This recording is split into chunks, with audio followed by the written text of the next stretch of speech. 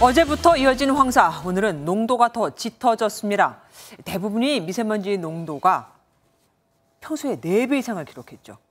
밤부터 비가 온다니 황사와 붙어서 흙비가 내릴 것이라는 예보까지 나와 있는데 한반도를 뒤덮은 황사는 내일까지 계속해서 이어질 것이라고 합니다. 첫 소식 최돈희 기자가 준비했습니다.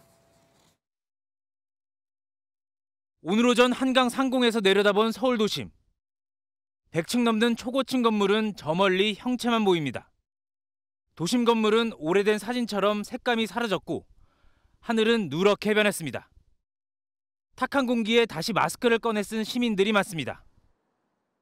한강 나와서 움직이는 거죠. 그러니까 마스크 안 쓰다가 오늘 쓰고 나왔죠. 마스크를. 지금 목이 컬컬하거나. 선명하던 산의 능선과 건물 윤곽은 흐릿해졌습니다. 맑은 날과 비교하면 차이는 더 뚜렷합니다. 어제 유입된 중국발 황사가 한반도에 계속 머무르면서 미세먼지 농도가 좀처럼 줄지 않고 있습니다. 내륙 일부 지역을 제외하곤 전국 대부분 지역의 미세먼지 농도가 매우 나쁨 단계까지 올랐습니다.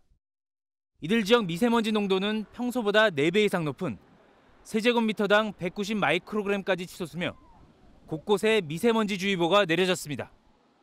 오늘 밤부턴 비까지 오면서 황사가 섞여 흙비가 올 가능성이 있습니다.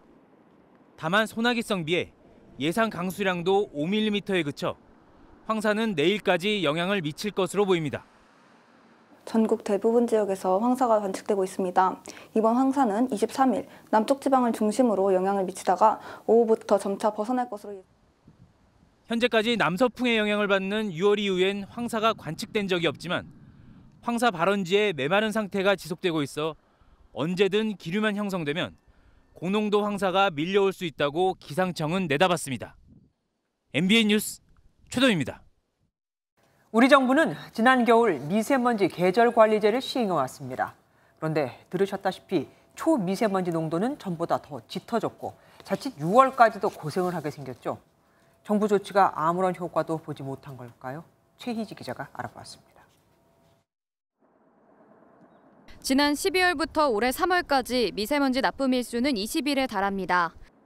한 해 전 같은 기간과 비교하면 미세먼지 나쁨 일수는 이틀 늘었고 국내 초미세먼지 농도도 6% 짙어졌습니다.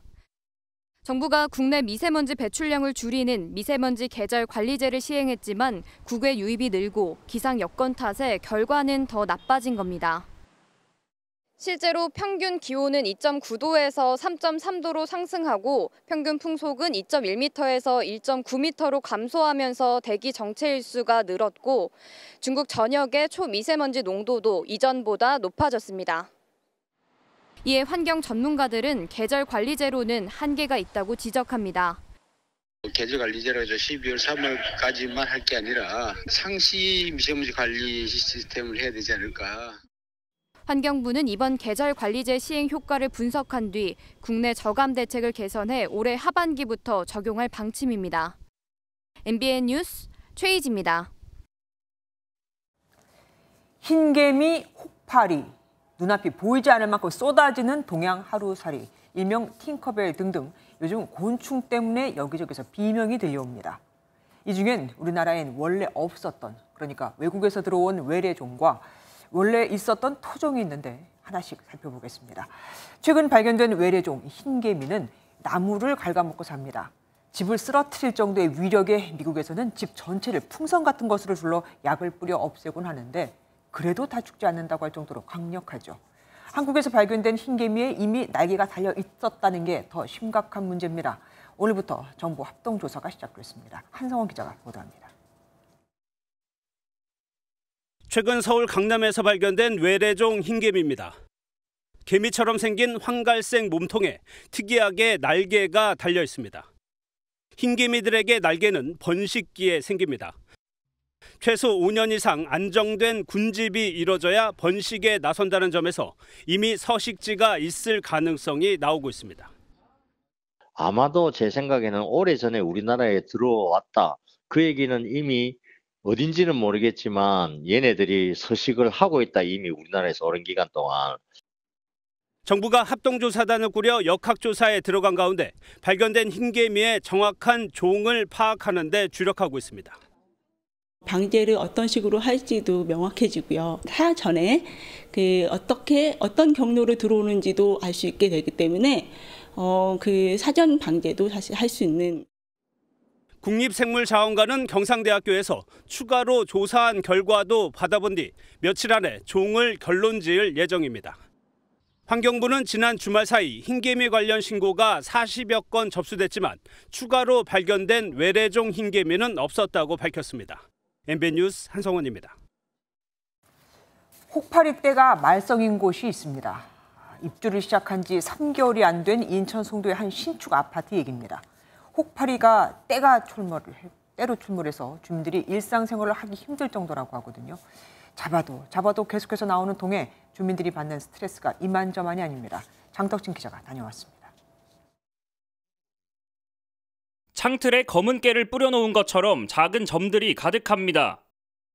붙박이장 벽면에서는 노란 애벌레가 꿈틀거립니다. 지난 2월 말 입주를 시작한 인천의 한 아파트에서 출몰한 혹파리입니다. 주민들은 때로 출몰한 혹파리 때문에 정상적인 생활이 힘든 상황입니다. 장이 불편하죠. 짐을 못 넣고 있는데 장이. 맨날 나오니까 걔네를 깎아줘야 되고 걔네들이 막 물건에 붙는 게 싫으니까.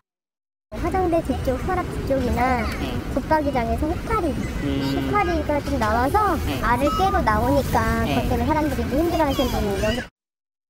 혹파리는 크기 1에서 2mm의 파리목 곤충으로 날씨가 따뜻해지는 4월에서 6월 사이에 활동하는 것으로 알려졌습니다.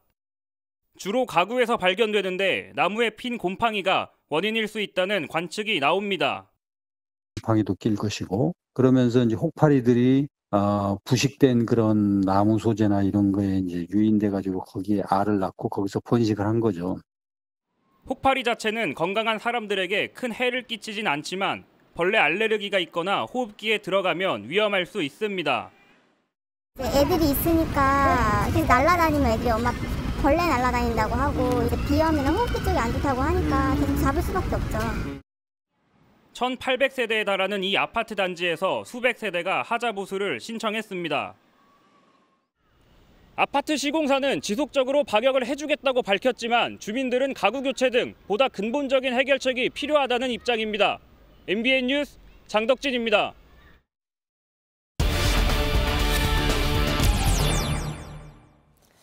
갑자기 나타난 벌레들, 피해는 없을지 또 박멸은 가능한 건지 사회정책부 김민수 기자와 알아보겠습니다. 김 기자, 이번에 발견된 외래종 흰개미 도대체 얼마나 위험하길래 저러는 겁니까? 네, 일단 사람을 해치지는 않습니다. 다만 나무를 갉아먹기 때문에 그 나무로 된 구조물에는 치명적이라고 할 수 있죠. 국내에 흰개미가 없었던 건 아니지만 이번에 발견된 외래종은 건조한 곳에서도 살고 토양에서 산다는 특징이 있습니다. 건조만 잘 시켜도 어느 정도 예방이 됐던 국내 흰개미와는 달리 목재 건축물과 자재에 엄청난 피해를 끼칠 수 있습니다. 그럼 뭐 당연히 나무로 지은 건물은 위험할 것이고 아파트 같이 이렇게 시멘트 같은 걸로 지은 건물은 어떻습니까? 네, 그 목조 건물에 비하면 이 건물이 무너지는 정도는 아니지만 나무로 된 가구가 있을 거 아니에요? 그렇죠. 예, 그런 가구들 갉아먹을 테니까 피해가 없다고는 할 수 없겠습니다. 앞서 리포트를 보면 외래종 흰개미가 이미 번식을 하고 있는 것 같다라고 전해드렸습니다. 그러면은 박멸시킬 방법은 없을까요? 네, 그 전문가에게 물어봤는데요. 불가능하다라는 답변이 돌아왔습니다. 우리 왜냐하면 농업해충이든 또는 위생해충이든 간에 우리 눈앞에 잘 보이니까 얘네들은 눈에 안 보이는 곳에 있기 때문에 이 날개가 달린 개체는 번식을 위해서 이 군락지 밖으로 나온 극히 일부 개체에 불과하고 이 대부분 개미들은 발견이 힘든 나무 틈새로 옮겨 다니면서 살아남을 수 있다는 뜻입니다. 그야말로 바퀴벌레 뺨치는 거네요. 박멸이 불가능하다. 그러면 개체 수라도 줄여야 할 텐데 이거는 어떻게 하면 되는 겁니까? 네, 혹시 집에서 외래종 흰개미를 발견한다면 이 살충제를 뿌리지 마시고 국립생태원 외래생물신고센터에 즉시 신고하시길 바랍니다. 왜냐하면 군락지 밖으로 나온 개체를 살충제로 잡아봤자 나머지 개체는 안전한 장소로 군락지로 옮기게 되거든요. 그렇게 되면 박멸은커녕 외래종 흰개미가 번성하는 역효과를 불러올 수도 있습니다. 외래종 흰개미가 어떻게 해서 국내로 들어오게 됐는지 혹시 그 과정은 혹시 남았나요? 예, 저도 이게 좀 궁금했는데요. 네네. 이 동양 하루살이가 잠실 팅커벨이라는 별명을 받은 현장인데요.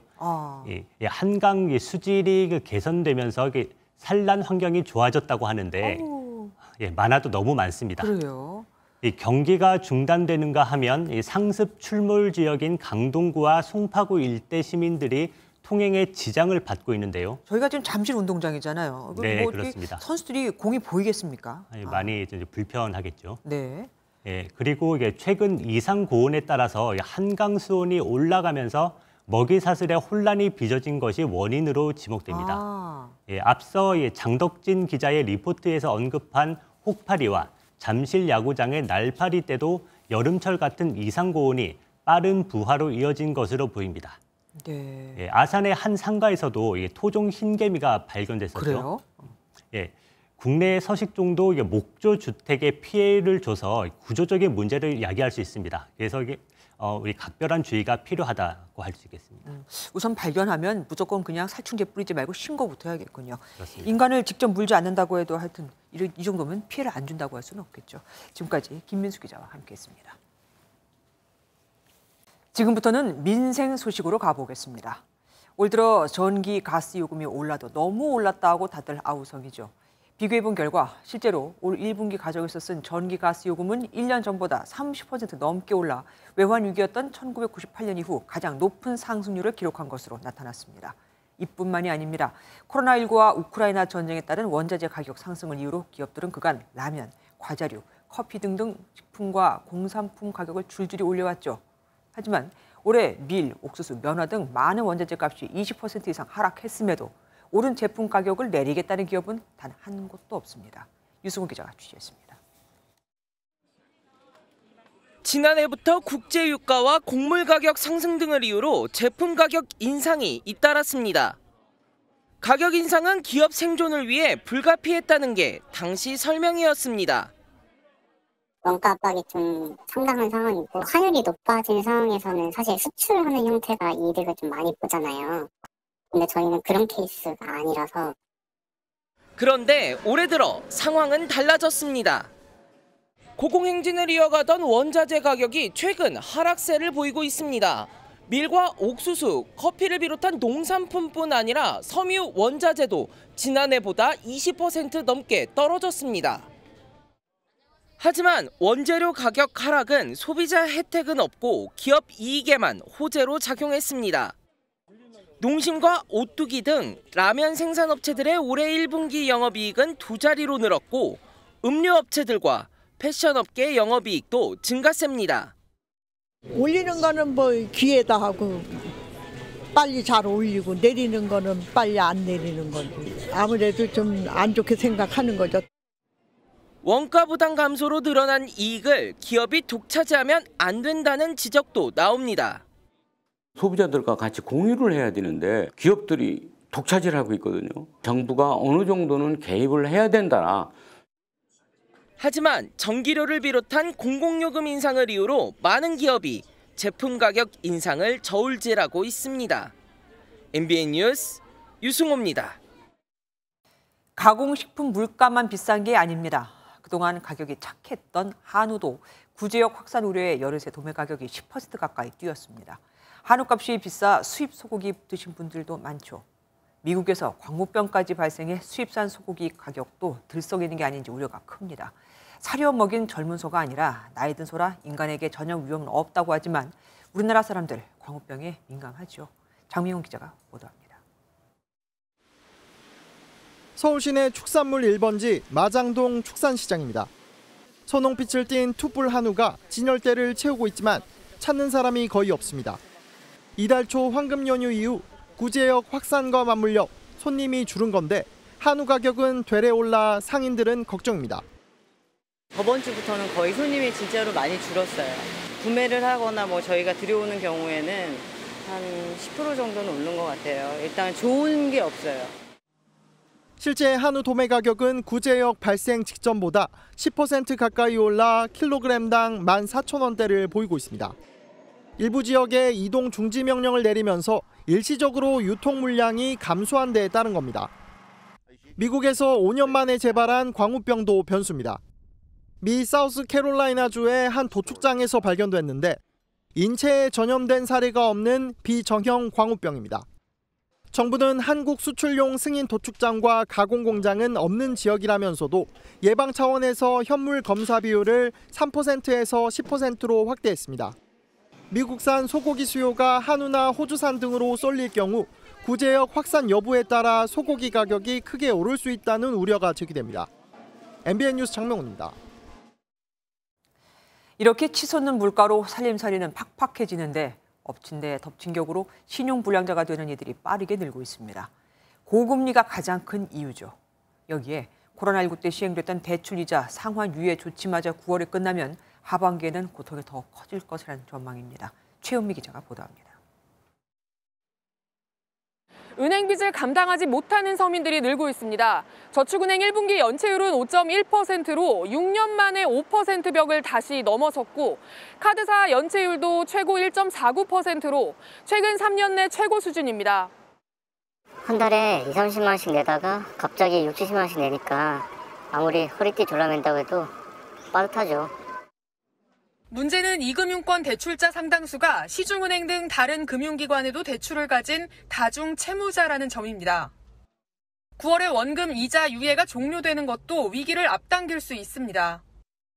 계속 추세가 이렇게 간다 그러면은 하반기에 우리 코로나 때 대출 상환 유예해줬던 거 다시 상환하는 걸로 이렇게 바뀌고 그러죠. 문제가 되면은 이제 더 안 좋아질 수 있으니.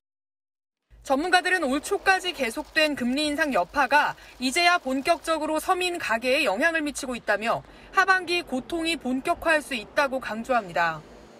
고금리의 부담이 우리 경제에 본격적으로 나타나는 시기는 아직 본격화되지 않은 것으로 보이고 상반기보다 하반기에 그 부담이 더욱 커질 수 있을 것으로 예상됩니다.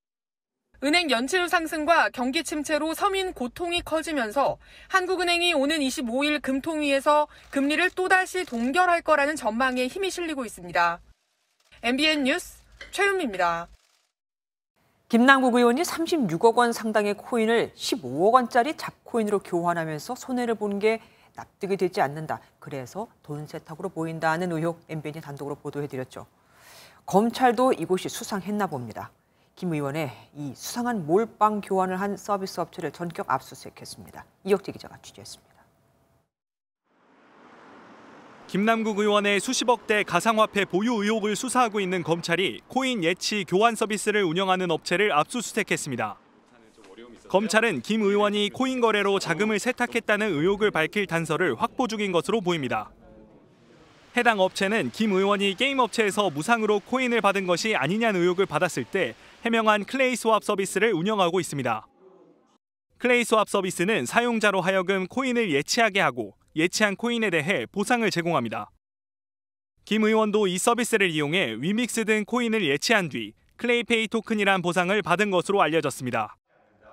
하지만 김 의원이 바꾼 클레이페이 토큰은 위믹스보다 알려지지 않은 잡코인인데다가 예치한 36억 원 상당의 위믹스 코인을 21억 원밖에 안 되는 클레이페이 토큰으로 교환해 궁금증을 자아냈습니다.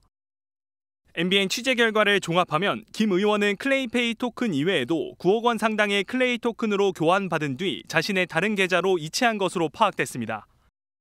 업계에 따르면 클레이 토큰은 현금화에 주로 사용되는 것으로 알려졌습니다. MBN 뉴스 이혁재입니다. 국회의원이 보유한 가상자산을 공개하는 법안이 국회 소위를 통과해 오는 금요일 본회의에서 처리될 것으로 보입니다. 일명 김남국 방지법이 현실화되는 건데 21대, 그러니까 지금 현역 국회의원 역시 대상이어서 결과에 따라 정치적 후폭풍이 생길 수도 있습니다. 12월 시행이 되면 그에 따라 내년 4월 총선엔 당연히 영향을 줄 수 있으니까요. 먼저 김순철 기자가 보도합니다.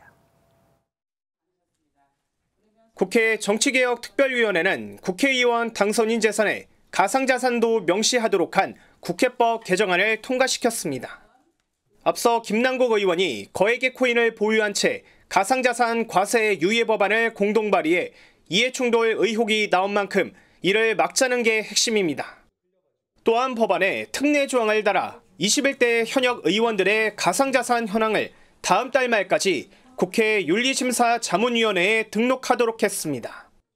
윤리심사자문위는 이해충돌 여부 의견을 7월 말까지 해당 의원과 소속 교섭단체 원내대표에게 내야 하는데 사실상 가상자산 전수조사를 법으로 정한 셈입니다. 단돈 1원이라도 가상자산을 취득하거나 보유하고 있으면 이것까지 전부 신고하는 것으로. 국회의원과 고위공직자의 가상자산 재산 등록을 의무화하는 공직자윤리법 개정안도 국회 행안위 소위를 통과했습니다. 시행일은 오는 12월이 될 것으로 보이는데 본인뿐만 아니라 배우자와 직계 좀비속까지 가상자산 전액 신고 대상에 오르게 됩니다. 여야 간 이견이 없는 만큼 해당 법안들은 오는 25일에 열리는 국회 본회의에서 무난하게 통과될 전망이지만 뒷북 대응이라는 비판 역시 피하기 어려워 보입니다. MBN 뉴스 김순철입니다. 뿐만 아니라 올해부터는 5억 원 이상의 해외 코인을 갖고 있는 사람은 국세청 신고가 의무화됩니다.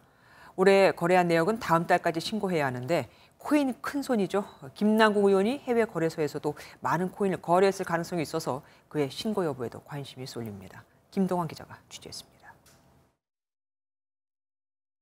업비트, 빗썸 등 국내 주요 가상화폐 거래소가 최근 공지한 내용입니다. 해외 금융계좌 합계 잔액이 지난해 매월 말일 중 하루라도 5억 원을 초과하는 경우 다음 달 안에 관할 세무서에 신고해야 하는데 법률 개정으로 가상자산 잔액까지 포함해야 하므로 잘 계산해 보라는 겁니다. 위반할 경우 신고 위반 금액에 따라 과태료 또는 2년 이하의 징역형까지 받을 수 있습니다. 해외 거래소는 과세 당국의 추적이 어려워 재산 은닉 창구로 이용될 가능성이 있었는데 이번 기회에 수면 아래에 있던 해외 거액 코인 투자자들의 실태가 드러날 것으로 보입니다. 당장 국내에서 수십억 원 규모의 코인 투자를 한 것으로 드러난 김남국 의원이 해외 거래소에서도 거액의 코인을 보유했다면 이를 신고해야 합니다. 김 의원은 과거 이더리움 등 외국 가상화폐에 투자했다고 스스로 밝힌 적도 있습니다. 2016년 2월경부터 8천만 원 좀 이더리움에. 김남국 의원님 같이 코인 투자가 오래되신 분들은 해외 거래소에도 일정 부분은 자산을 가지고 계셨을 가능성이 높죠. 하지만 김 의원이 실제로 해외 금융계좌를 자진 신고할지는 미지수입니다. 5억 원 이상 보유했다고 하더라도 이를 밝혀낼 방법이 마땅치 않기 때문입니다. 결국 세무당국이나 검찰의 자료 요청이 유일한 방법인데 보다 체계적인 국제감독 규정이 보완되어야 한다는 지적입니다. MBN 뉴스 김동환입니다. 전세 사기 피해자들을 지원하기 위한 특별법이 5차례 회의 끝에 국회에서 합의됐습니다. 임차인에게 무이자 대출 등의 지원을 하고 피해자 기준을 완화하는 내용이 담겼는데요. 피해자들이 원하는 수준은 아니었다고 판단했는지 6개월마다 특별법을 평가해 보완하기로 했습니다. 이병주 기자입니다. 마지막까지 쟁점이던 보증금 회수 방안에선 야당이 한 발 물러났습니다. 금융권 등 선순위 담보권자보다 보증금 일부를 먼저 받을 수 있는 최우선 변제금 대상에서 제외된 피해자에게 무이자로 최장 10년간 지원하기로 했습니다. 변제금을 초과하는 금액은 2억 4천만 원까지 1 내지 2%대 저금리로 대출하는 내용도 포함됐습니다. 최우선 변제금을 못 받으신 분들을 위해서 그게 상응하는 어떤 지원책으로 저희가 무이자 대출은 굉장히 좀 획기적인 거고. 피해 지원 범위도 대폭 늘렸습니다. 최초 3억 원이었던 피해자 전세보증금 상한을 5억 원으로 확대한 것은 물론 이중계약과 신탁사기 피해자도 지원 대상에 포함하기로 했습니다. 또 문제주택에 대한 경매나 공매가 진행될 경우 법무사나 변호사 등 전문가 고용에 필요한 대행수수료의 70%를 정부가 지원하기로 했습니다. 특별법 시행 후 6개월마다 지원 정책 시행의 모니터링을 통해 필요한 보완사항을 즉시 고쳐 나가야 합니다. 전세사기 특별법은 오는 25일 국회를 통과할 전망인 가운데 피해자들은 전세제도에 실망한 피해자들을 구제할 실효성 있는 대책은 아니라고 지적했습니다. MBN 뉴스 이병주입니다. 민주당 돈봉투 의혹과 관련해 이성만 의원에 이어 오늘은 돈봉투 살포에 깊숙이 관여했다고 보는 윤관석 의원이 검찰에 소환됐습니다. 이미 검찰이 소환 준비를 하고 있었는데 마침 이정근, 강래구 두 사람을 대면 조사했더니 윤 의원의 이름이 나오기도 했거든요. 검찰은 윤 의원에 대한 구속영장 청구도 검토 중인데 송영길 전 대표의 소환도 임박한 것으로 알려졌습니다. 심가현 기자입니다. 민주당 전당대회 돈봉투 의혹에 휩싸인 이후 더불어민주당을 탈당한 무소속 윤관석 의원. 오늘 오전 비공개로 검찰에 출석했습니다. 함께 피의자로 입건된 이성만 의원이 조사받은 지 사흘 만으로 현역 의원으로는 두 번째 소환입니다. 앞으로 조사나 또 여러 사법적 과정에서 성실하게 임해서 이 문제를 밝혀나가도록 하겠습니다. 윤 의원은 지난 2021년 전당대회 당시 강래구 전 한국감사협회장과 공모해 현역 민주당 의원들에게 6천만 원을 살포한 혐의를 받고 있습니다. 강 전 회장은 최근 조사에서 의원들에게 전달된 돈봉투 책임을 윤 의원에게 돌렸지만 윤 의원은 혐의를 전면 부인하고 있습니다. 검찰은 지난주 강 전 회장과 이정근 전 사무부총장을 대질 조사하면서 10명 안팎의 돈봉투를 받은 현역 의원을 특정해 나가고 있습니다. 압수수색 영장에 윤 의원과 공모했다고 적시한 송영길 전 대표도 소환이 임박했다는 관측이 나옵니다. 검찰은 사안의 중대성을 고려해 윤 의원을 상대로 구속영장을 청구하는 방안도 검토하고 있습니다. MBN 뉴스 심가현입니다.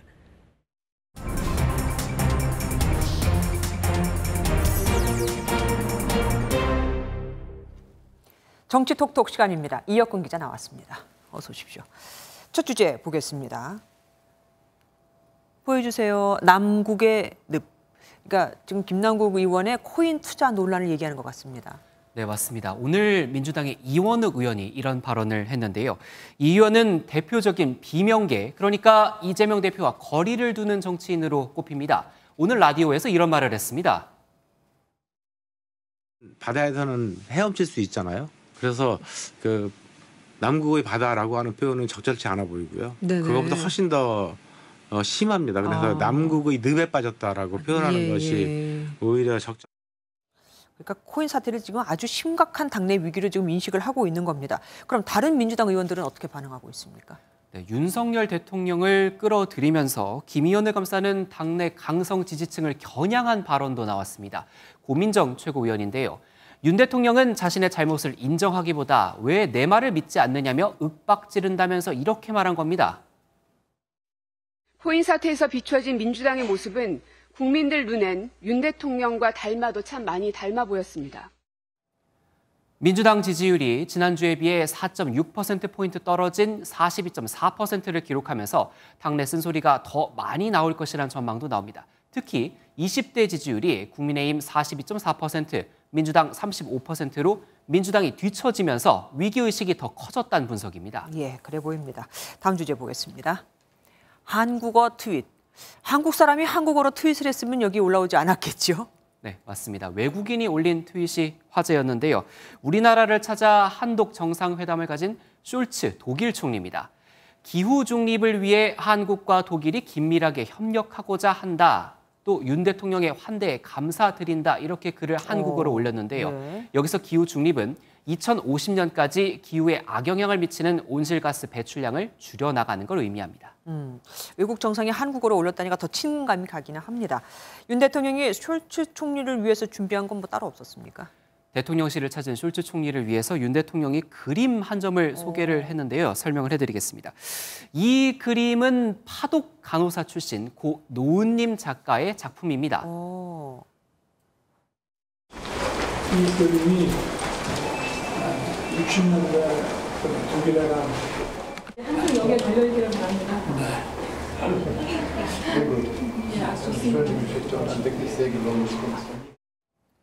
그림을 준비한 건 양국의 인연을 고려한 윤 대통령의 배려였다고 합니다. 네, 마지막 주제 보겠습니다. 광폭 외교의 상승. 여기 대통령실이라고 써있으니까 윤 대통령과 관련된 무언가가 올라갔나 봅니다. 맞습니다. 국정 지지율이 올랐습니다. 좀 자세히 설명을 해드리면요. 4주 연속 상승 중인데요. 이에 대해서 전문가가 이렇게 분석했습니다. 최근 대통령 국정평가가 올라간 건 한때 지지율을 눌렀던 외교 안보 분야 이슈가 역으로 설득과 공감대 형성을 통해서 국정평가 주 요인으로 작용한 것으로 해석합니다. 대통령실 핵심 관계자 역시 대통령 외교의 기본 방향이나 진정성에 대해 국민 공감대가 확대되는 것 아닌가 하고 생각한다고 전했습니다. 그래서일까요? 일부러 그러는 건지 모르겠지만 어쨌든 정부의 외교 행보가 계속 이어지고 있습니다. 네, 맞습니다. 오늘은 용산 대통령실에서 유럽연합이죠. EU 정상회담이 진행 중입니다. 유럽연합의 대통령격인 미셸 상임의장이 우리나라를 찾았습니다. EU는 우리의 3대 교역 대상국이고 제1회 대한국 투자 파트너이며 자유, 인권, 법치의 보편적 가치를 공유하는 소중한 동반자입니다. Nous commémorons les 60 ans de relations diplomatiques et de relations d'amitié. Et cette réunion aujourd'hui va être l'occasion d'adresser ensemble les différents sujets de coopération mutuelle, certainement sur le plan bilatéral, avec notre ambition. 다만 야당은 정부의 광폭 외교에 대해 평가절하했습니다. 후쿠시마 원전 오염수 시찰단이 일본으로 묻지마 관광을 떠났습니다. 어쨌든 국정 지지율이 4주 연속 오른 게 윤 대통령 들어서 처음 아닙니까? 앞으로도 지지율 추이 지켜봐야겠습니다. 이혁근 기자와 함께했습니다. 군 부대에서 사격 훈련 중이던 병사가 총성을 입고 숨졌습니다. 이 병사가 갖고 있던 소총에서 총알이 발사되면서 몸을 관통한 겁니다. 조경진 기자가 보도합니다. 오늘 낮 12시 15분쯤 양주시 광정면의 한 부대 사격 훈련장에서 20대 병사가 사고로 숨졌습니다. 군 당국에 따르면 사격 훈련 진행 중 이 병사의 K2 소총에서 총알이 발사돼 후두부를 관통한 것으로 전해졌습니다. 출동한 구급대원의 응급처치 후 가장 가까운 민간병원에 긴급 후송됐지만 결국 숨졌습니다. 일각에서는 훈련 중 사격 자세를 바꾸는 과정에서 중심을 잃어 총기가 오발됐을 가능성을 제기하고 있습니다. 육군은 고인의 사망에 깊은 애도를 표하고 유가족께 위로의 말씀을 드린다며 유가족 지원에 최선을 다하겠다고 밝혔습니다. 경찰은 사고 원인 등에 대한 수사에 나섰고 군은 오발 사고 등 모든 가능성을 열어두고 수사에 적극 협조한다는 입장입니다. MBN 뉴스 조경진입니다. 공군 내 성폭력과 2차 가해 등으로 세상을 떠난 이해람 중사 사건이 일어난 지 2년이 됐습니다. 그런데 이번엔 공군 병사들이 계집 파일이라는 것을 만들어 여군 간부들을 성희롱한 혐의로 경찰 조사를 받게 됐습니다. 부대 공군 간부는 해당 사실을 무마하려는 시도까지 해서 징계 절차를 진행하고 있다고 합니다. 김태희 기자가 보도합니다. 원주의 한 공군 기지에서 당직 근무 중 인수인계를 위해 병사들이 쓰는 군 내부 문서입니다.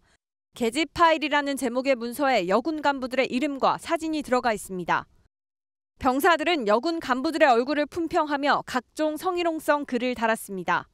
이런 행위는 2021년 11월부터 8개월간 이어졌습니다. 하지만 해당 내용을 신고받은 간부들은 아무런 조치를 하지 않았습니다. 오히려 신고자에게 문제 삼는 일 자체가 자신이 피해당했는지도 모르는 피해자들에 대한 2차 가해가 될 수 있다며 파일 삭제를 권유했습니다. 뒤늦게 이 사실을 한 공군은 부적절한 업무인계 노트를 작성한 것으로 신고된 전역 병사 1명을 우선 명예훼손 혐의로 민간경찰에 수사 의뢰했습니다. 또 보고를 지원한 간부에 대해서는 징계 입건했습니다. MBN 뉴스 김태희입니다. 최근 한 순경이 미성년자와 수차례 성관계를 하고 성착취물을 제작한 혐의 등으로 구속되면서 파문이 커지고 있죠. 그런데 서울경찰서 2곳과 경기 남부청에서도 몰카와 강제추행 등 성비위 사건이 잇따라 펑펑 터지고 있습니다. 이시열 기자가 단독 보도합니다. 서울 중부경찰서의 한 중간간부 A씨가 지난 19일 대기 발령 조치를 받은 것으로 확인됐습니다. MBN 취재를 종합하면 A씨는 성희롱 발언 등 성비위 사건에 연루된 것으로 알려졌습니다. 경찰 관계자는 경찰청이 감찰 조사에 착수했으며 자세한 건 확인하기 어렵다고 밝혔습니다. 최근 미성년자와 수차례 성관계를 한 혐의를 받는 서울 성동경찰서 소속 순경이 구속되는 등 각종 성비위 사건이 연달아 터지면서 경찰은 당혹스러운 분위기입니다. 서울 수서경찰서 소속 B경위도 지난 3일 여성을 강제추행한 혐의로 입건돼 대기 발령된 사실이 뒤늦게 밝혀졌고 경기 남부경찰청 소속 C경장은 소개팅 앱으로 만난 여성들 10여 명과의 성관계 장면을 불법 촬영하고 수사가 시작되자 증거를 인멸한 혐의로 지난 12일 구속 송치됐습니다. 최근 5년간 성비위로 징계받은 경찰관만 250명에 달하면서 경찰 조직의 기강행위가 도마 위에 오르고 있습니다. MBN 뉴스 이시열입니다. 강도 살인 혐의로 무기징역을 선고받은 뒤 교도소를 탈출해 희대의 탈옥수로 불리는 신창원이 교도소에서 극단적인 선택을 시도한 것으로 확인됐습니다. 2011년에 이어 두 번째죠. 홍주 기자가 보도합니다. 1989년 서울의 한 가정집에서 금품을 빼앗고 집주인을 살해해 강도살인 치사죄로 무기징역을 선고받은 신창원. 교도소에서 노역 작업을 하다 얻은 실톱 조각으로 화장실 창살을 잘라내 1997년 탈옥을 했습니다. 4개월간 하루에 20분씩 톱질을 하고 환기통을 타고 탈출했는데 2년 6개월이 지나서야 다시 붙잡혔습니다. 이 때문에 희대의 탈옥수로 불리는데 1999년 검거 당시 입었던 무지개색 옷까지 이슈가 되기도 했습니다. 탈옥으로 22년 6개월의 형이 추가된 신 씨가 어제 저녁 8시쯤 극단적인 선택을 시도한 것으로 확인됐습니다. 신 씨가 수감된 대전교도소의 순찰 근무자가 심폐소생술을 하고 병원으로 옮겨 현재 생명에는 지장이 없는 상태인 것으로 전해졌습니다. 지난 2011년에 이어 두 번째 극단적 선택 시도입니다. 현재까지 신 씨가 다시 극단적인 선택을 시도한 이유는 밝혀지지 않았습니다. 법무부는 현장 근무자가 조기에 발견해 신속하게 대응할 수 있었다며 구체적인 경위는 확인 중이라고 전했습니다. MBN 뉴스 홍지호입니다. 도로에서 인라인 스케이트나 킥보드를 타다가 신호 위반 등으로 사고를 내면 병원에서 치료를 받더라도 건강보험 혜택을 받지 못할 수 있게 됐습니다. 지난해 개정된 도로교통법 시행 규칙에 따라 자동차는 아니지만 이런 놀이기구도 차로 간주되기 때문입니다. 전남주 기자가 취재했습니다. 인도를 달리던 전동 킥보드가 차로로 들어서자마자 곧바로 차량에 부딪힙니다. 사고 당시 킥보드 운전자는 안전모를 쓰지 않았고 한 명만 타야 하는 규정도 위반했습니다. 실제 현장은 여전히 법 따로 현실 따로입니다. 지난 2021년 도로교통법 개정으로 안전모를 반드시 착용해야 하지만 헬멧을 쓴 사람은 드뭅니다. 횡단보도를 건널 때 킥보드에서 내리지 않는 것은 기본, 음주운전도 서슴지 않습니다. 술 마시고 탈 때도 그렇고 야간에 그냥 집이 앞이어서 타면은 한 2, 3분 거리여서 그냥. 지난해부터 적용된 도로교통법 시행규칙상 킥보드는 차로 분류됩니다. 만 13세 이상인 사람이 킥보드를 타다가 도로교통법을 위반해서 사고를 당하면 보험금을 받지 못할 수도 있습니다. 신호 위반이나 끼어들기, 무면허 운전, 음주운전, 보도침범이 여기에 해당됩니다. 보도 침범이라는 게 또 있어요. 그것도 12대 중과실의 하나로 보기 때문에 이것도 급여 제한될 수가 있는 거죠. 차로 보는 인식이 없거든요. 실제로 지난해 신호 위반을 하고 교통사고를 낸 남성이 건보 적용을 못 받고 치료비 1,000만 원을 전액 자비로 부담하기도 했습니다. MBN 뉴스 전남주입니다. 번화가에 홀덤 펍을 차려놓고 도박장으로 운영한 조직폭력배 일당이 무더기로 붙잡혔습니다. 이들은 SNS 채팅방을 통해 금반지나 금송아지를 내걸고 수시로 참가자들을 모집했고 영업장 안에는 ATM, 돈을 뽑는 기계까지 설치했습니다. 김명현 기자가 보도합니다. 충북 진천의 한 건물입니다. 택배기사로 위장한 경찰이 누군가와 통화를 하는 척하며 홀덤펍 안으로 들어갑니다. 카운터 직원과 자연스럽게 대화하는 사이 밖에서 대기 중이던 경찰들이 줄줄이 뒤따라 올라옵니다. 홀덤펍을 가정한 불법 도박장을 급습한 겁니다. 이 영업장은 내외부에 CCTV 10여 대를 설치해놓고 단속을 피해왔습니다. 택배를 받을 사람 하고 통화를 하는 척했는데 제가 들어갔다는 사인을 주는 거죠. 카운터에 앉아있는 그 피의자랑 대화를 하면 40대 정책은 운영진 2명, 딜러 6명과 함께 칩을 현금으로 환전해주는 불법 홀덤펍을 운영했습니다. 이들 중 2명은 충북 청주에서 활동해온 조직폭력배로 드러났습니다. 일당은 SNS 채팅방을 통해 금반지나 금송아지를 내걸어 수시로 참가자들을 모집했습니다. 참가자들은 게임비 명목으로 운영진에게 수십만 원의 입장권을 사서 딜러를 통해 칩으로 바꿨습니다. 이때 1등은 20%를 수수료로 떼고 나머지 금액만 참가자들에게 넘겼습니다. 이런 수법으로 지난 1월부터 3개월간 챙긴 수수료는 2억 5천만 원이나 됩니다. 영업장에는 입출금 편의를 위해 ATM 기기까지 설치했습니다. 경찰은 총책 등 2명을 구속하고 나머지 21명을 불구속 입건해 검찰에 송치했습니다. MBN 뉴스 김영현입니다. 한 PT 트레이너가 사장 몰래 고객의 수강료를 자신의 계좌로 받아 챙겼습니다. 이 사실을 알게 된 사장이 그동안의 정을 생각해 형사 책임을 묻지 않도록 선처, 그냥 해고만 했는데 뜻밖의 일이 생겼습니다. 회사에 손해를 끼친 이 직원이 오히려 부당해고를 당했다며 노동청에 구제를 신청한 겁니다. 노동청, 누구의 손을 들어줬을까요? 이재우 기자가 취재했습니다. 경기도 성남에서 PT샵을 운영하는 박수민 씨는 지난해 12월 함께 일하던 트레이너 한 명을 해고했습니다.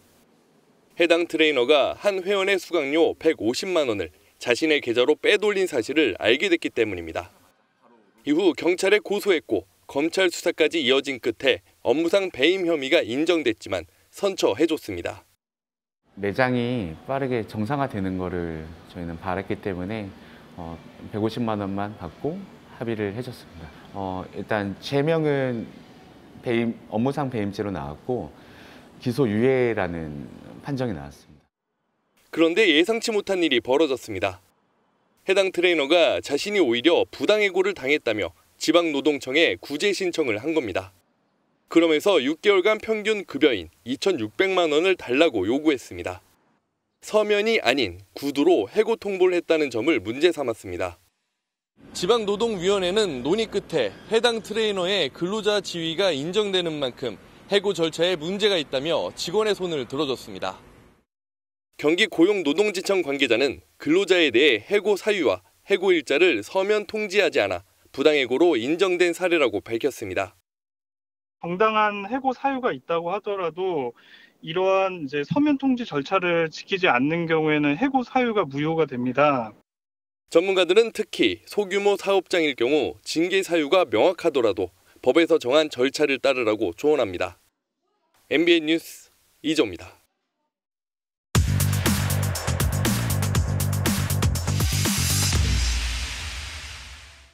사회기자님 정태용. 한범수입니다. 첫 번째 키워드입니다. 아기 태우고 보험 사기를 쳤다는 거죠? 네, 일단 영상부터 한번 볼게요. 네. 자, 차량 블랙박스 영상인데 네, 보셨죠? 네, 앞에서 끼어드는 차량을 그냥 무시하고 들이받는 것 맞습니다. 같아요. 심지어 다른 차량은요, 손까지 내밀면서 들어오고 있는데 보시죠? 그런데도 충돌하고 있어요. 네. 자, 다른 영상들도 한번 볼까요? 멀쩡히 지나가는 차량을 유턴하면서 들이받기도 하고요.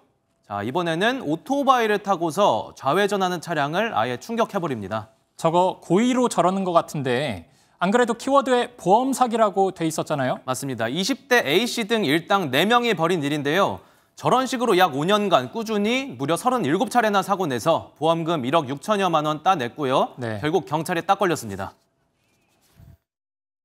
그 보험사에서 한 18건의 보험 사기가 의심된다는 제보를 받고 수사에 착수하게 됐습니다. 금융거래 등을 확인해서 공범자 3명과 18건 신고 외에 추가로 19회의 사고가 있었던 점을 밝혀내서 자, 더 충격적인 건 피의자인 남성이 임신 6개월 아내와 함께 범행을 시작했고 심지어는 출산하고 나서도 보험금을 더 받으려고 아이가 19개월 될 때까지 차량에 함께 태우고 범행을 저질렀다는 거죠. 범행 동기는 도박으로 생긴 빚을 청산하기 위해서라고 밝혔고요. 네, 아이가 무슨 잘못입니까? 부모로서 여러모로 좋지 않은 모습 보여준 것 같습니다. 그렇습니다. 다음 키워드 보겠습니다. 자, 쓰레기들만 왔네. 이거는 보통은 아랫사람 하대할 때 쓰는 표현이거든요. 맞습니다. 누가 이런 말 했는지 혹시 아십니까? 글쎄요. 행정안전부 간부급 공무원이 그랬습니다. 모범을 보여야 될 간부 공무원이요. 어떤 상황이었는지 말씀해 주실래요? 네. 문제가 된 공무원, 기능직 출신 직원들의 전입신고 소식을 듣고 혼잣말로 쓰레기들만 왔네라고 했습니다. 그런데 방금 제시한 사례 충분히 충격적이죠. 빙산의 일각입니다. 그렇겠죠. 이게 사실 막말이 습관이거든요. 어쩌다 한 번 실수했을 것 같진 않단 말이죠. 맞습니다. 다른 사례 볼까요? 재택근무 신청하면 재택 맞들렸네 이렇게 비꼬기도 하고 또 건강 악화로 휴직을 신청하니까 그 배우자한테 전화를 걸어서 당신 배우자 성실하지 못해 큰일이다 이러기도 하고요. 어머니 병원 진료 때문에 휴가 가려고 하니까 자녀가 너밖에 없어 이렇게 압박을 주기도 했습니다. 가족까지 끌어들입니다. 네. 요즘 말로 꼰대 중에 꼰대가 따로 없는데 이런 갑질 참는 데 한계가 있을 것 같거든요. 직원들 항의 안 했나요? 문제 제기했습니다. 그리고 해당 공무원 결국 꼼짝없이 해고됐습니다. 이해충돌 방지 의무 어긴 사실도 나중에 드러났고요. 네. 그런데 반성은 안 한 것 같습니다. 해임 부당하다고 오히려 소송 넣었습니다. 소송 결과는요? 네, 당연히 해임 정당하다고 판결 내려졌습니다. 속이 시원하네요. 본인이 막말과 갑질로 스스로 공직사회 기강을 무너뜨렸잖아요. 자업자득이라고 생각하기 바랍니다. 맞습니다. 마지막까지 보겠습니다. 제가 일주일에 한 번은 배달 음식 먹거든요. 그래요? 키워드 보니까 좀 불안해지는데. 구체적으로 볼까요? 수원에 있는 한 업체에 호주산 소고기를 미국산으로 속여서 팔았습니다. 네. 자, 다음은요. 김포모 업체입니다. 냉장 보관하게 돼 있는 고추냉이를 냉동 보관했다가 적발됐습니다. 그런데 이것도 충분히 심각한 일인데 네. 더 심한 사례도 있었습니다. 그래요? 계속 들어볼까요? 네. 자, 화성에 있는 업체는 소비기한 182일 지난 썩었을지도 모를 다진 양념을 판매 목적으로 보관하고 있다가 걸렸습니다. 6개월 된 거잖아요. 좀 심하네요, 이건. 근데 이게 100번 양보해서 실수로 양념을 안 버리고 넣어놨을 수도 있지 않나요? 가정집은 그럴 수 있죠. 까먹을 수 있잖아요. 네. 그런데 음식점에선 그러면 안 됩니다. 판매 목적이 아니면 폐기용, 교육용 이렇게 써놓고 보관해야 합니다. 그래서 이번에 적발된 업체가 몇 곳이나 될까요? 이게 경기도 업체들만 방금 나왔거든요. 네, 경기도에서만 단속이 이뤄졌고요. 경기도 관내에서 원산지 거짓 혹은 소비기한 경과 등으로 다 합쳐서 36곳이 적발됐습니다. 자, 경기도만 적발했는데 36곳 나왔어요. 이게 배달 음식을 어떻게 만들어지는지 소비자들은 잘 모릅니다. 그래도 업체를 믿고 그냥 시켜 먹는 건데 저러면 안 되겠죠? 자, 소비자들 불안하지 않도록 보다 철저한 관리 감독이 필요해 보입니다. 맞습니다. 오늘은 여기까지 하겠습니다. 사회기자 M이었습니다. 최근 법원이 동베를린 이름을 딴 이른바 동백님 간첩 사건에 연루돼 옥고를 치른 작곡가 고 윤희상 선생에 대해 재심 결정을 내렸습니다. 하지만 검찰은 윤희상 선생이 북한에서 반국가 단체 구성원을 만나고 금품을 받은 걸 이미 인정했다며 항고했습니다. 이제 판단은 대법원이 하게 되겠죠. 길기범 기자입니다. 지난 1967년 중앙정보부는 동독의 수도 동베를린 북한 대사관을 거점으로 대학 교수와 예술인 등 194명이 간첩 활동을 했다며 동백림 사건을 발표합니다. 작곡가 고 윤희상 선생도 포함됐는데 윤 씨는 국가보안법 위반 혐의가 인정돼 징역 10년을 선고받고 2년 동안 복역했습니다. 그런데 참여정부에서 발족한 국정원 과거사건 진실규명을 통한 발전위원회는 동백림 사건을 박정희 정권이 단순한 대북 접촉을 과장, 왜곡한 사건이라고 결론지었습니다. 6.8 부정선거 규탄 시위를 무력화하기 위해 정치적으로 이용하려고 한 것으로 판단된다. 이에 서울고등법원은 유족 측의 청구를 받아들여 재심 개시를 결정했습니다. 역사에 부끄러운 일 한 일 없고 그리고 민족에 부끄러운 일 한 일 없는 사람입니다. 그렇기 때문에 떳떳합니다. 그런데 검찰이 즉시 항고장을 제출하며 법원 결정에 제동을 걸었습니다.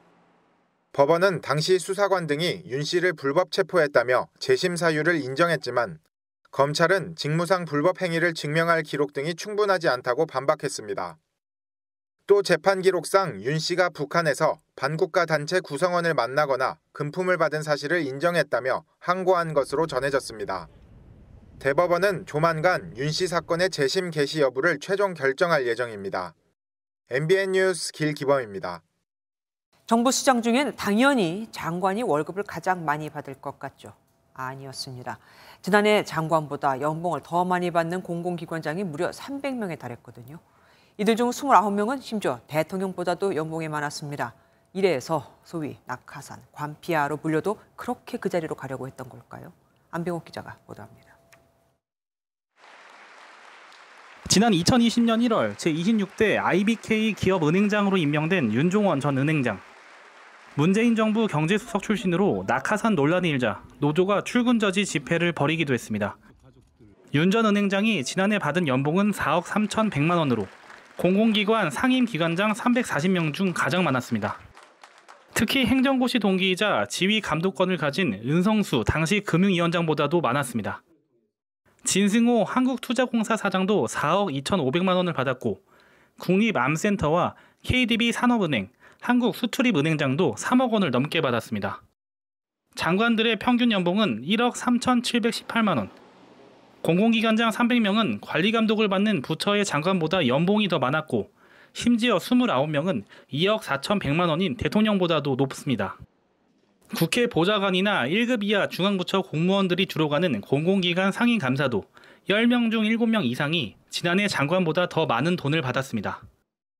나눠 먹듯이 공공기관 운영이 이제 좀 이루어지면서 국민 정서와 상당히 동떨어진 재정 낭비, 비효율 이런 것들이 만연한. 고액 연봉을 받는 데다 임기까지 법으로 보장되다 보니 공기업과 공공기관이 낙하산과 관피아들의 잔치판이 되고 있습니다. MBN 뉴스 안병욱입니다.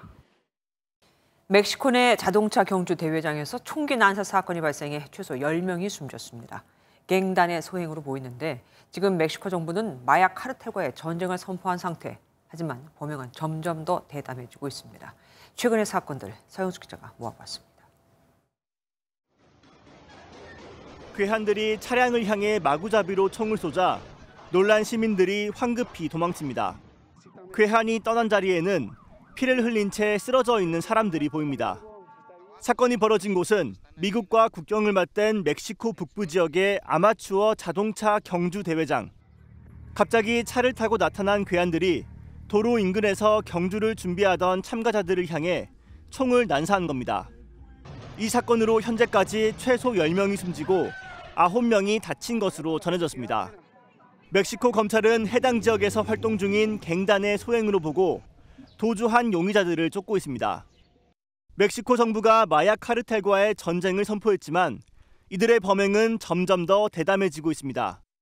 지난 1월에는 마약왕의 아들을 체포하는 과정에서 격렬한 전투가 벌어져 군인 10명과 갱단 19명이 숨졌습니다.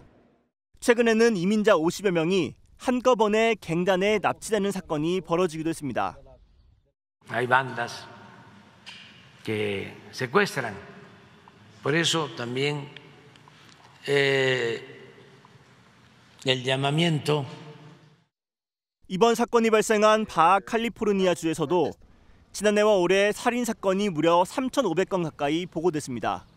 MBN 뉴스 서영수입니다.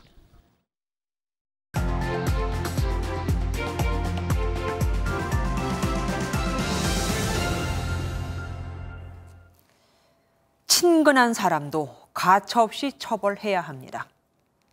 중국 춘추시대 진나라 왕인 문공이 백성의 마음을 얻는 방법을 묻자 충신 호원은 공이 있으면 상을 주고 죄를 지었으면 반드시 벌을 내리는 신상필벌이 가장 중요하다고 답합니다. 이 말을 들은 왕은 신하들에게 다음 날 정오에 모이라 하고 이를 어기면 군법으로 엄히 다스리겠다고 예고하는데 공교롭게도 왕이 가장 아끼는 신하인 전일이 그만 지각을 하고 맙니다. 왕은 눈물을 흘리며 전일을 처형하죠.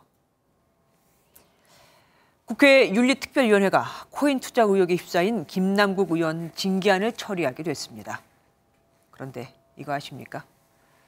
21대 국회에서 윤리특위에 회부된 징계안은 40건에 달하지만 이 중 심의한 징계안은 달랑 4건. 심지어 실제로 징계가 이루어진 사례는 단 한 건도 없었습니다. 2008년 18대부터 현재까지 그러니까 19대, 20대, 21대 국회 다 합쳐도 180건이 넘는 징계안 중 국회에서 처리된 건 달랑 2건에 불과하죠. 사실 징계를 내리는 것 자체가 어렵습니다. 특히 국회의원직을 박탈하는 제명은 단 한 건도 없었는데 제적의원 3분의 2 이상의 찬성이 필요하게끔 만들어 놨거든요. 또 징계안을 상정하기까지 숙려 기간만 20일, 자문위 의견 제출까지 최장 80일이 걸리게 만들어 놨으니 이건 징계를 하자는 건지 아니면 시간을 질질 끄며 초점을 흐리자는 건지 도무지 알 수가 없죠. 불체포 특권처럼 우리 국회는 징계 특권까지 갖고 있는 겁니다. 진영 논리로 갈라져 서로 잡아먹을 듯 으르렁대다가 징계를 해야 할 때는 같은 당이라고 봐주고 같은 국회의원이라고 봐주고 이러니 국회에서 정의가 사라졌다고 하죠. 정의가 사라진 곳에서 무슨 바른 법이 만들어지겠습니까? 사람 한두 명에게만 사기를 쳐도 엄벌에 처하죠. 그럼 국민 전체를 상대로 잘하겠다며 표를 받아놓고 나 몰라라 하는 건요. 이렇게 엄청난 죄를 지은 사람에겐 어떻게 하는 게 정의일까요? 그게 아니라고요? 억울하다고요? 그럼 이건 어떨까요? 국회의원의 윤리와 징계를 담당하는 독립적인 제3의 기관을 만드는 거예요. 하긴 이젠 콩으로 매주를 쓴다고 해도 믿음이 가지 않으니 참 큰일입니다. 김주아의 그런데 오늘은 고양이한테 생선 맡긴 경이었습니다.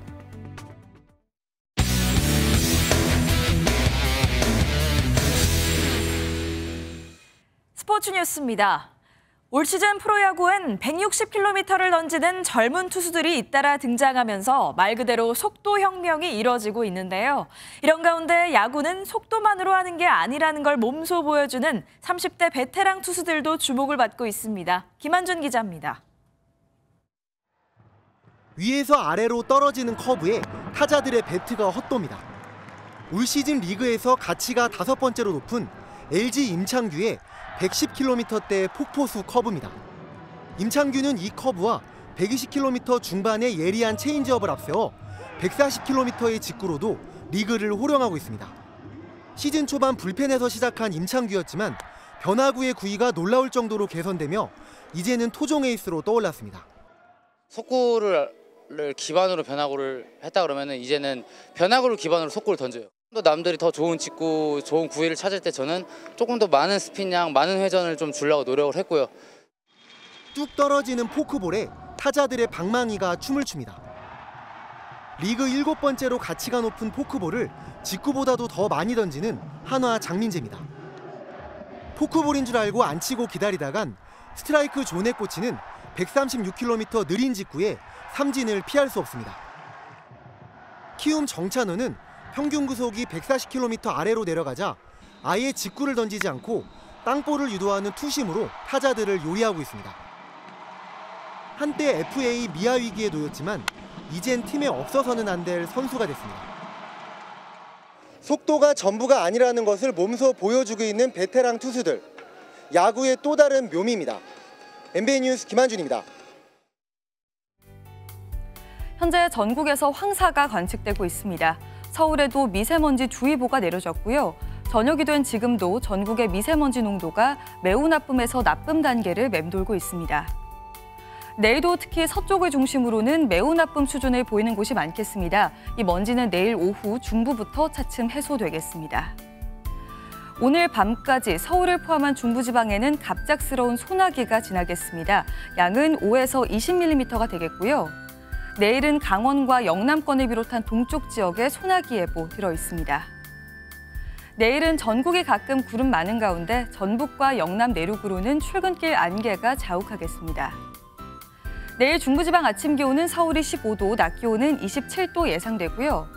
남부지방은 광주가 26도, 창원은 23도까지 오르겠습니다. 당분간은 계속해서 일교차가 크게 벌어지겠습니다. 내주셨습니다.